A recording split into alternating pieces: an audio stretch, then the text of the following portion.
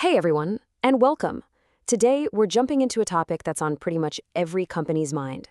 How do you take all the hype and promise of AI and actually turn it into something real, something that works in production? You know, it's a journey. And like any journey, you really need a map. So let's lay one out.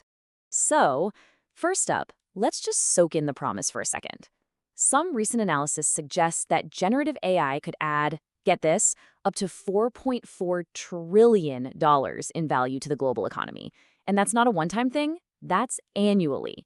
That's an absolutely mind-boggling number. It's the kind of number that gets executives excited and unlocks budgets.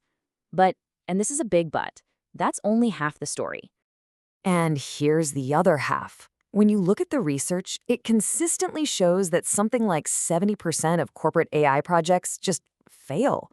They don't deliver the value everyone was expecting. 70%! It's a huge gap, right, between this incredible promise and what's actually happening on the ground. Projects stall, money gets wasted, and that competitive edge you were hoping for, it just evaporates. And that right there, that's what we call the AI paradox. You've got this unbelievable, world-changing potential on one side, and on the other, this brutal reality of failed projects and just disappointment. So the real question is, how do you bridge that gap? How do you make sure you're in the 30% that actually succeeds? Well, here's the secret. The answer usually isn't about buying a shinier, more expensive AI tool or just hiring more people. The number one reason projects fail, it's a lack of a clear strategic plan, a phased approach. You don't need more tech, you need a better roadmap. So, to make this whole thing less overwhelming, we can boil this big, complicated journey down into 3 essential stages. It's pretty simple, really. First, you build a solid foundation. Then, you learn to scale with confidence. And finally, once you've done that, you can drive real business transformation. So let's dig into what each of these stages actually looks like. All right, stage 1. This is all about getting the absolute basics right. It's where you take that cool idea, the one that works great in a data scientist's Jupyter notebook, and you turn it into a stable, repeatable, professional asset. Trust me, trying to skip or rush this step is probably the biggest mistake you can make. It's just a recipe for disaster down the line. Okay, now look at this, because what's on this slide is so important. For your first couple of models, you should not be trying to build some massive automated super pipeline. The goal is way simpler. Just make your work reproducible. And that really comes down to 3 things. First, version control for everything. Second, containerization, so you can finally kill the whole, well, it works on my machine problem. And third, experiment tracking, so you always know exactly what went into creating a specific model. That's it. Focus there. Let's just double-click on that first one, because it is, without a doubt, the bedrock of everything else.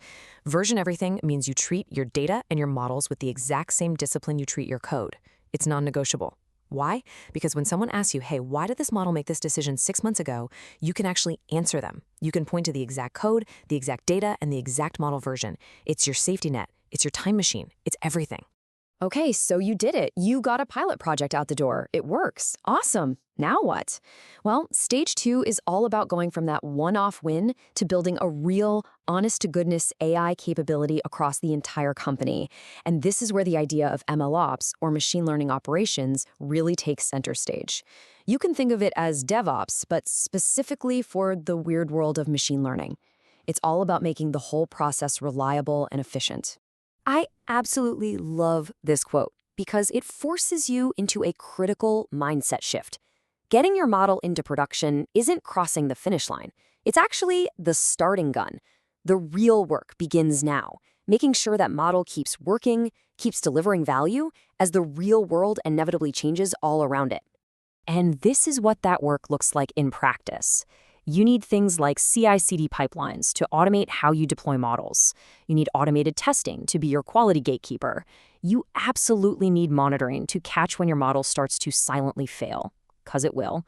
And you need something like a central feature store. This is a big one. It helps prevent one of the most common and painful problems in MLOps, called training serving skew. It's a huge cause of failure in production. But, all the best tech in the world won't help if the people and processes aren't there. The organizational engine for scaling is what's called an AI Center of Excellence, or a COE. This is the team that makes sure AI projects are actually connected to business goals. They set the rules for things like governance and ethics, and maybe most importantly, they're the bridge between the super technical folks and the business leaders. They turn a bunch of random AI projects into a real cohesive strategy. And all that hard work, building the foundation, learning how to scale, it all leads to this, the final stage. This is where AI stops being just a tool to make things a little faster or a little cheaper, and it starts to fundamentally change how your business even works. It's about putting AI at the very core of what you do. You can think about it like a maturity curve. Most companies start at the bottom with automation, just doing existing things faster. Then they move up to optimization, doing things better. Then augmentation, where AI helps humans make smarter decisions. But the holy grail, the real goal, is that top step, transformation. Using AI to invent brand new ways of doing business that just weren't even possible before. So what does that actually look like? Well, it's things like creating brand new products that are powered by AI, creating whole new revenue streams. It's shifting from being reactive to being predictive, like knowing a machine will break before it happens. It's building complex systems of AI agents that can run entire business processes on their own. And it's delivering true one-to-one personalization to millions of people at the same time. And look, this isn't science fiction. The biggest companies in the world are already living this. Think about Netflix. Its recommendation engine isn't just a feature. It's a core part of its billion-dollar business model. Or Amazon, whose entire supply chain is basically a giant AI brain making over 1 billion decisions a day. Or JP Morgan, using AI to do work in seconds that used to take literally hundreds of thousands of hours of human effort. That is what transformation looks like. Okay, I know what you might be thinking. That all sounds amazing, but maybe a little intimidating or far off. So let's bring this all the way back down to earth. How do you even start? Here is a super practical tool, a checklist you can use today to figure out if you're even ready for your very first pilot project. Seriously, before you write a single line of model code, just ask your team these 5 simple yes or no questions. Can you actually measure if this thing is successful with a real business KPI? Can your teams physically get the data they need? Is there one person who is truly responsible for the outcome? Can you get the results out to show people? And do you have a tiny bit of budget for a quick experiment? If the answer to any of these is no, you're not ready. And that's okay. Just fix these simple foundational things first. It will save you so much pain later. So I'll just leave you with this one final question to think about.